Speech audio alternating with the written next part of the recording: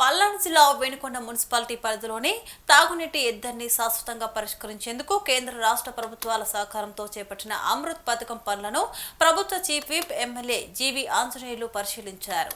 తాగునీటి పథకానికి నీటి వనరులైన Velaturu NSP deep cut Dondapadu చెరువు పట్టణానికి తాగునీరు సరఫరా చేసే సింగర్ చెరువులను చీఫ్ విప్ జీవి పరిశీలించారు.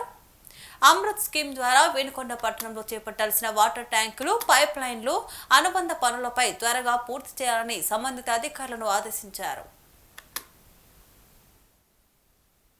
ఎలాంటి ఒక సింగిల్ సర్టిఫికేట్ కూడా ప్రొడ్యూస్ చేయాల్సిన అవసరం లా ప్రభుత్వమే బాధ్యత తీసుకొని ఇంటింటికి కుళాయిలేసి ప్రభుత్వ ఖర్చుతోటి ప్రతి ఇంటికి మంచినీళ్ళు ఇస్తుంది. వినుకొండ పట్టణంలో 20,000 మందికి, రాష్ట్రంలో 31 లక్షల మందికి ఇంటింటికి కుళాయిలేసి ఈ రోజు ప్రభుత్వం నీళ్లు ఇవ్వడం అనేది ఉదయం అట్లాగే 6 ఓవర్ హెడ్ ట్యాంకులు నిర్మాణం చేపడుతున్నాం. ఈ 6 ఓవర్ హెడ్ ట్యాంకుల ద్వారా కొత్తగా 6 ఓవర్ హెడ్ ట్యాంకు నిర్మాణం చేపట్టి 48 లక్షల లీటర్లు, ఉదయం 48 లక్షల లీటర్లు, సాయంత్రం 48 లక్షల లీటర్లు మొత్తం ప్రతిరోజు ప్రతి బజార్కి మంచినీళ్ళు ఇవ్వటమే లక్ష్యంగా ఈ స్కీమ్ పూర్తి చేస్తాం. గతంలో వైసీపీ పాలనలో మాటలు చెప్పారు, కేంద్రం నుండి వచ్చినటువంటి నిధులు వెనక్కిపోయినాయి. మీ చేతగాంతనం. మీ గత ప్రభుత్వం ఇంకా ఈరోజు జరుగుతున్నటువంటి అభివృద్ధి చూసి ఇలా మంచినీళ్ళ స్కీములు పూర్తవుతుంటే చూసి ఓర్చుకోలేక రోజు దుష్ప్రచారం చేస్తా ఉన్నారు.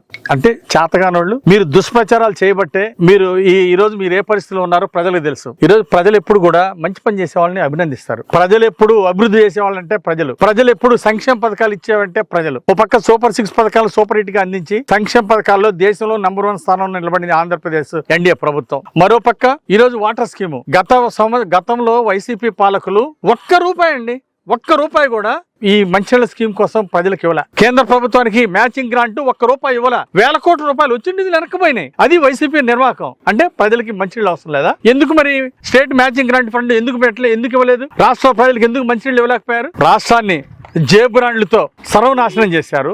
మంచినీళ్ళ స్కీమ్ ఇవ్వకుండా ఎక్కడ చూసినా జేబ్రాండ్లు, బ్రాందీ విస్కీలు, అన్లిమిటెడ్ టైం 24 గంటలు మందు లిక్కర్ అందుబాటులో పెట్టారు. కానీ తాగునీళ్ళు అవసరం లేదా?